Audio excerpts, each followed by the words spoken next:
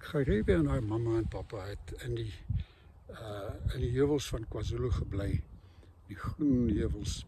Sy was nog baie klein, sy was by 3 jaar oud en sy het haar mamma in die huis gehelp terwyl haar pappa die beeste opgepas het.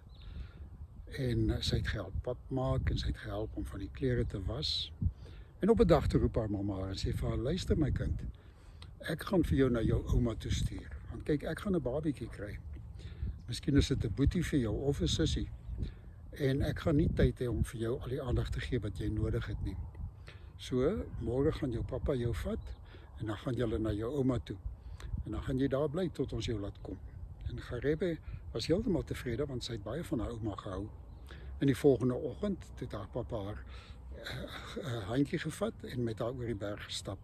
En saam met hulle het hy 'n melkkoei gevat om kos te voorsien vir klein Garebe. En hulle het oor die heuwel gestap en om die groot berg en af in die vallei en op teen die ander heuwel tot hulle by ouma se huis gekom het. En Garebe was baie bly om daar te wees. En sy het lekker gekuier by ouma, alhoewel sy verlang het na haar ma. En so die weke verby gegaan en op 'n dag toe sê haar ouma vir haar: "Kom my kind, nou gaan ons terug na jou ma toe. Die babietjie het gekom, dis 'n klein boetie vir jou en jou mamma kan sien nou kans om weer vir jou te versorg." So die volgende oggend pak hulle toe 'n klompie goed in. Ouma het 'n lekker bladsak met allerlei proviant en daar stap hulle. Maar omdat Garebe se beentjies 'n bietjie kort is en die ouma kan haar nie dra soos haar pappa haar gedra het nie, het hulle 'n bietjie langer gevat en hulle het gestap oor die heuwel en af teen die lang steilte tot hulle onder by die rivier gekom het. En toe sien ouma die klein kindjie is 'n bietjie moeg. En sy soek 'n skuilplekkie en sy slaan 'n klompie doringtakke aan mekaar, maak 'n skerm en sy sê vir Garebe: "Nou kyk my kind, hier moet jy nou bietjie sit en rus. Dis veilig hier teen die holkraans met die takskerms voor. Moet nie hierdie tak losmaak nie. Net as ek kom en ek roep vir jou en ek sê vir jou: maak oop Garebe, maak oop Garebe, dan maak jy oop." En ouma is weg om 'n klompie strikke te gaan stel en 'n bietjie wortels te soek om te eet, maar o wee, langs die rivier in die diep donker bosse het daar 'n tokkelossie gebly.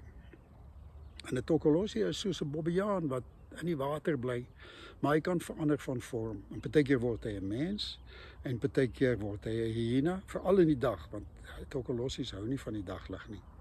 En die tokkelossie het daar in die bosse gesit en geluister en ouma was nie ver weg nie. Toe kom hy aan en hy roep: "Maak oop Garebe, maak oop Garebe." En die kind sê: "O nee, dis nie my ouma se stem nie. Ek gaan nie vir jou oopmaak nie."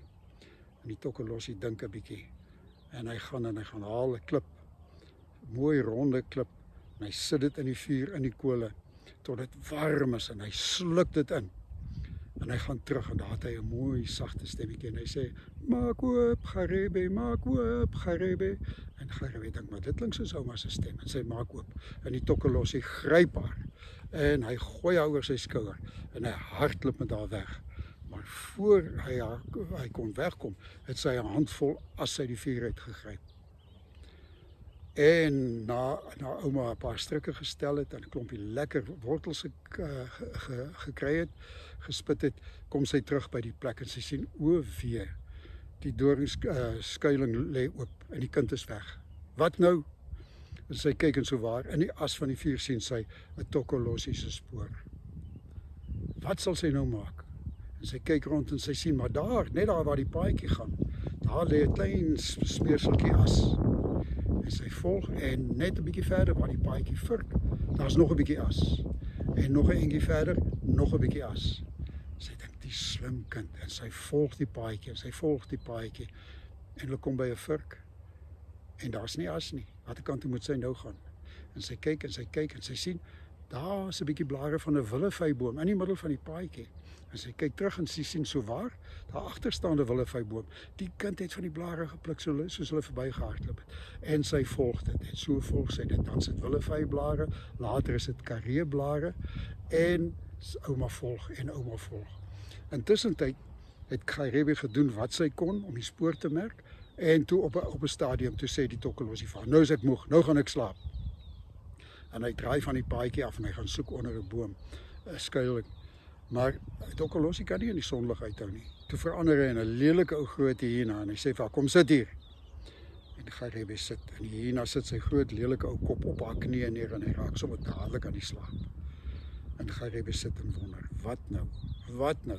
Daar een kant lê 'n stok, miskien kan sy die Tokolossie daarmee slaan. En sy probeer so 'n bietjie beweeg, maar die oomblik as sy beweeg, dan word die hyena wakker. Dan sê hy, Valles, sit stil.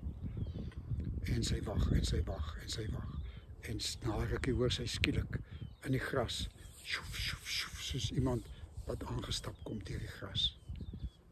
En ouma soek en kyk, maar daar's nie meer blare nie. En sy kyk en skielik sien sy hier langs die paadjie onder 'n boom 'n armpie wat waai.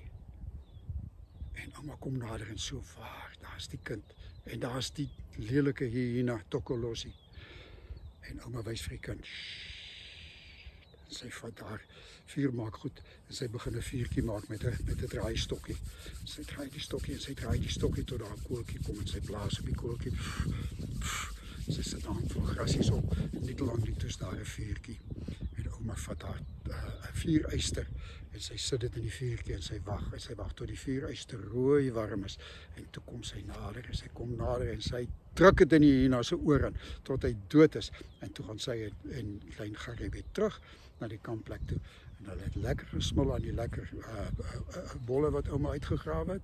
Hulle het veilig geslaap die nag en die volgende oggend het hulle teruggegaan tot by Garebe se mamma se huisie. En dit is die einde van die storie.